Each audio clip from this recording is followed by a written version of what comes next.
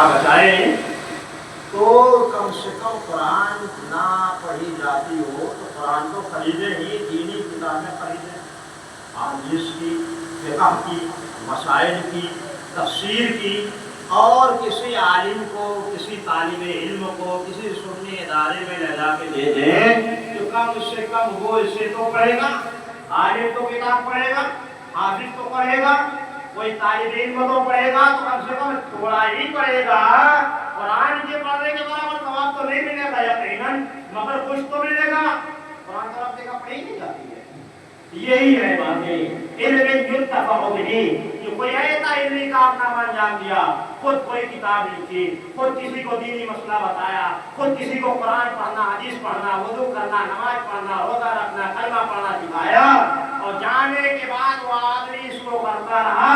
اللہ کے نبی فرماتے ہیں مرنے والا مر گیا، مانو مٹی میں دب گیا، مگر اس کے علم کے لوگ فائدہ حاصل کریں گے۔ اگرچہ اس کا کبھی نام نہ لے، کبھی خیال نہ آئے کہ فلانے نے سکھایا، اس کو ثواب پہنچے، مگر آقا فرماتے ہیں اس کا ثواب اس سکھانے والے کے نامہ اعمال میں درج ہوگا۔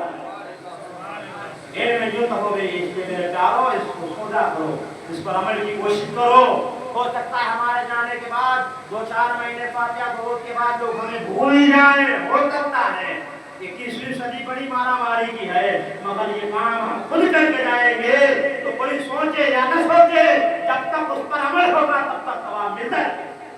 اور اگر اس نے عمل کر کے پھر 2-4 کو بتا دیا، پھر 2-4 کو بتا دیا، اور انہوں نے اپنے بعد والوں کو بتایا، تو اگرچہ 1000 سال ہو جائے ہمیں دنیا سے جائے، جب تک اس علم کے لوگ فائدہ حاصل کریں گے ہماری قبروں میں ہمیں ثواب ملتا ہے۔ فرمایا او صدقۃ جاریہ، اور صدقہ جاریہ یعنی ایسا صدقہ دے کے جائے جس سے جو ہے قوم کا بھلا ہوتا رہے۔ صدقہ جاریہ کیا ہے؟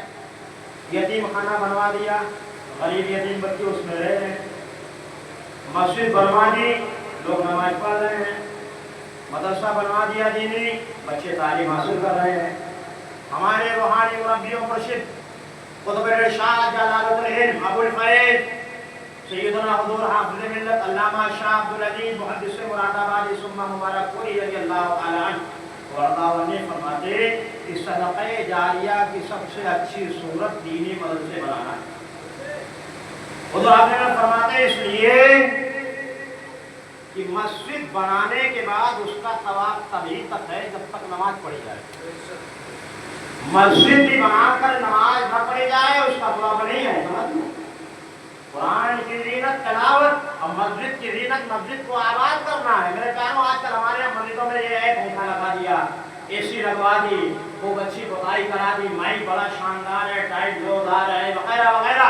مگر جب دیکھا نماز کے موقع پر تو غیر خالی امام اکیلا اذان دے، وہی تکبیر ہے، وہی نماز پڑھے، وہی سلام پڑھ کے دعا مانگ کے چلتا رہا۔ یہ مسجد کی ضرورت نہیں ہے۔ مسجد آپ کی کچی ہی ہو، پرانی ہی ہو، لیکن اس میں نمازی ہو یفضل، لیکن مسجد میں جب نماز ہوگی تو ثواب۔ آپ نے فرماتے مگر مدرسہ اس میں اگر ایک طالب علم بھی پڑھ کے حافظ بن گیا، ایک بچہ بھی پڑھ کے عالم بن گیا، اور اس کے بعد مدرسہ بند ہو جائے، مگر بنوانے والے کا ثواب نہیں بند ہوگا۔ ہمارا اس لیے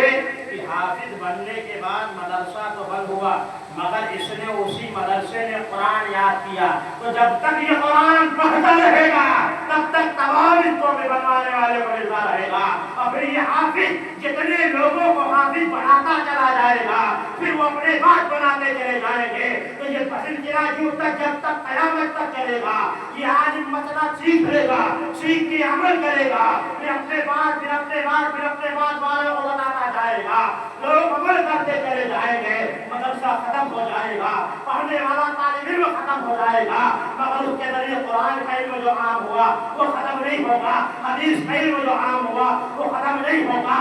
فقہ کا علم جو عام ہوا وہ ختم نہیں ہوگا، دین کی باتیں جو بتائی گئی وہ ختم نہیں ہوگی، تو قیامت تک اس کا ثواب بھی ختم نہیں ہوگا۔ دوسرے اچھا صدقہ جاریہ دینی مدرسے آج کل مدرسے بھی کمائی کے لیے بڑے مسافت، آج کل بہت سارے مدرسے بنائے جاتے ہیں، یا بنا